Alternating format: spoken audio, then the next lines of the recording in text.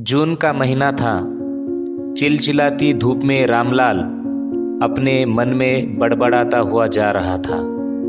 धूप इतनी तेज थी कि जमीन भी आग से तप रही थी। रामलाल के पैर में चप्पल भी नहीं थी।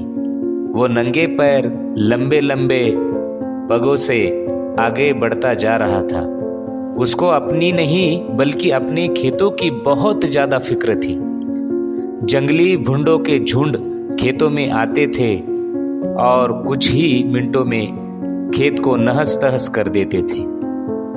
रामलाल ने खेत में इस साल बहुत ही अच्छी तरबूजे की फसल लगी थी, जिसे देखकर उसकी जान में जान आती थी। उसके पास पैसा नहीं था, लेकिन उसने गांव के एक ही जमींदार से पैसा उधार लिया था, जिस पर जमींदार का ब्याज बहुत ही तेज से बढ़ रहा था। रामलाल मन ही मन में सोच रहा था, इस बार तरबूजे बेचकर जमींदार का सारा कर्जा चुकाऊंगा और इसके बाद अपनी बीवी के लिए एक अच्छी सी साड़ी और अपने लिए एक कुर्ता खरीद लूंगा। बच्चों के पास भी कपड़े नहीं हैं, उन्हें भी कुछ ना कुछ देना पड़ेगा। आगे सर्दी भी आने वाली है, जिसके लिए रजाई और कंबल भी लेना पड़ेगा। वह यही सब अपने मन में बड़बड़ाते हुए खेतों की तरफ जा रहा था। उसे अपने पैरों की फिक्र नहीं थी। आम आदमी तो ऐसी गर्मी में नंगे पैर नहीं चल पाता, लेकिन रामलाल अपने मन में सपने देखता हुआ अपने खेतों की ओर बढ़ता चला जा रहा था। खेत के पास पहुंचते ही रामलाल गदगद हो गया। खेत में बहुत अच्छी तरबूजे की फसल थी। वह हर समय खेत में ही आते जाते रहता था, क्योंकि अगर धोखे से भी भुंड आ गया तो उसका पूरा का पूरा खेत कुछ ही समय में खत्म हो जाएगा और उसके सपने मिट्टी में मिल जाएंगे। इसलिए रामलाल दिन में और रात में पूरा समय खेत में ही गुजारता था। रामलाल की पत्नी भी फूली नहीं समा रही थी, क्योंकि 10 साल बाद उनके खेतों में इतनी अच्छी फसल आ गई थी, लेकिन गर्मी बहुत ज़्यादा थी। जमींदार अक्सर आगे रामलाल को भी धमकी दे रहा था, फसल काट दो और मेरी पाई पाई चुका दो, नहीं तो तुम्हारे लिए अच्छा नहीं होगा। रामलाल ने हाथ जोड़कर कहा, इस साल खेत में फसल अच्छी लगी है साहब, मैं आपका एक एक पैसा चुका दूंगा। तरबूजे की फसल लगभग तैयार थी। जितनी खुशी आज रामलाल को हो रही थी, इनका अंदाज़ा लगाना आज मुश्किल था। वह मन ही मन में खुशी में झूम रहा था, लेकिन उसको पता था कि अगर ज़रा सी भी हमसे भूल हुई तो मेरा सब कुछ नष्ट हो जाएगा।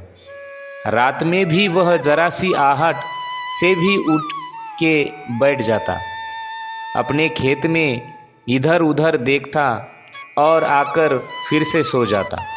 उसकी नींद कभी पूरी नहीं हो पाती थी।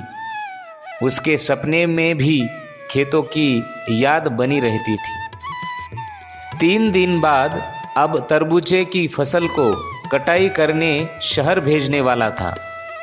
रामलाल और उसकी पत्नी बहुत खुश थे। उन्हें पता था हमारा भी अच्छा समय शुरू होने वाला था।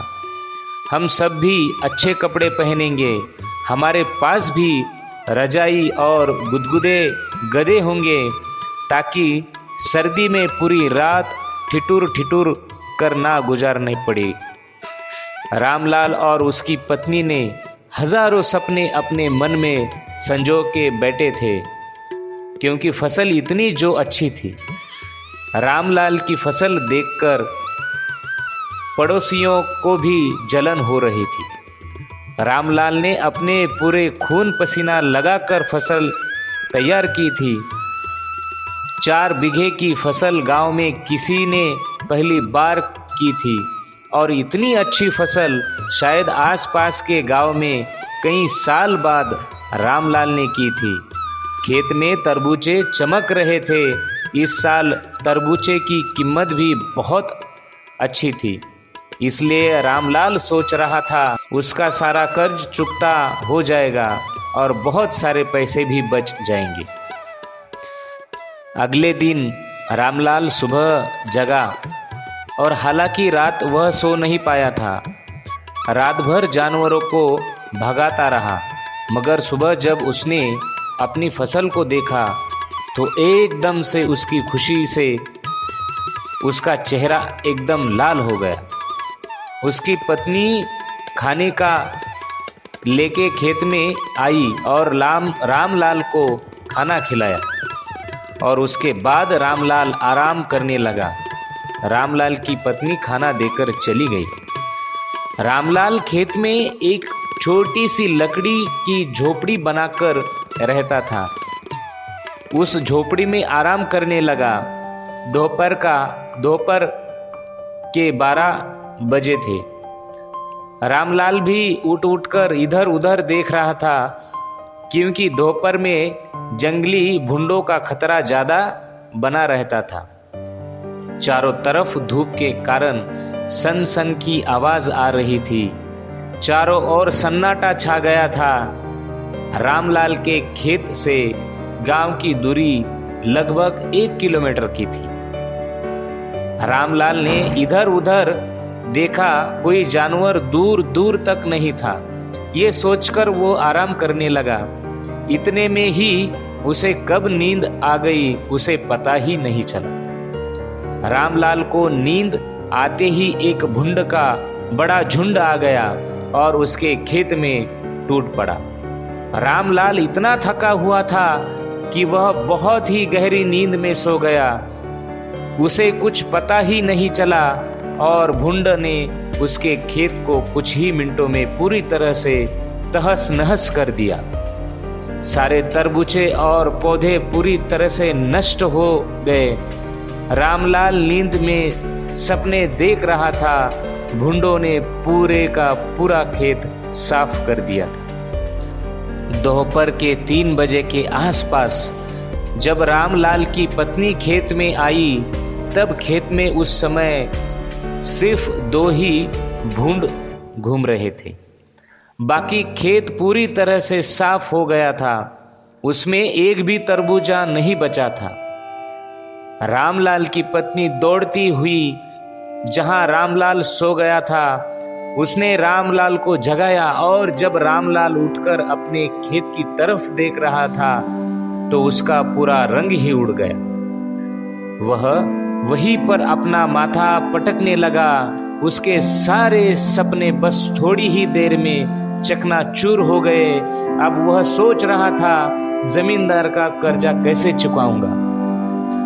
रामलाल की पत्नी बेहोश होकर वहीं गिर गई। रामलाल को भी होश नहीं था। उनको भारी आघात लगा हुआ था। वो बहुत बड़ा आदमी बनने का सपना देख रहा था। वह सिर्फ अपना घर सुधारने के बारे में सोच रहा था, लेकिन अब उसके सारे सपने पूरी तरह से टूट गए थे। रामलाल और उसकी पत्नी की आंखें खेत को देखकर पथरासी हो गई थी।